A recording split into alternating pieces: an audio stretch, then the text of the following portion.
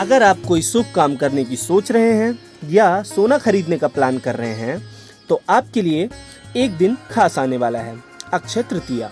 हिंदू धर्म में इस दिन को बेहद शुभ माना जाता है। इसे शुभ मुहूर्त भी कहा जाता है, यानी ऐसा दिन जब आपको किसी पंडित से मुहूर्त निकलवाने की जरूरत नहीं होती है, आप सीधे शुभ काम शुरू कर सकते हैं।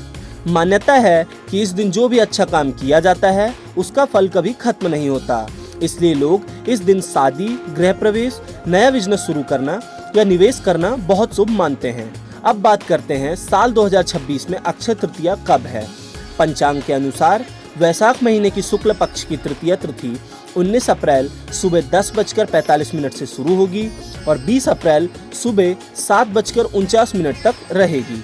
ऐसे में अक्षय तृतीया 19 अप्रैल 2026 को मनाई जाएगी।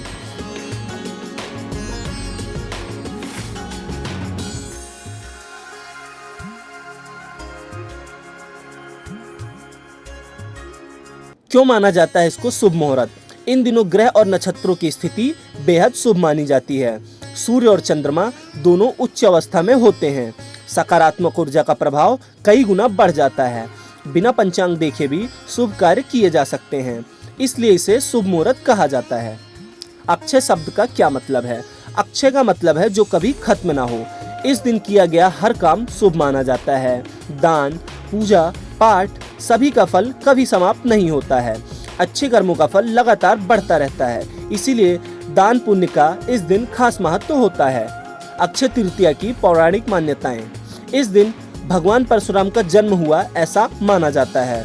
परशुराम भगवान विष्णु के छठे अवतार थे। इसी दिन महाभारत की रचना की शुरुआत भी मानी जाती है।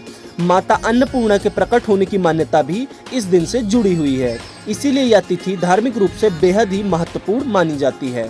अक्षय तृतीया पर क्या करें?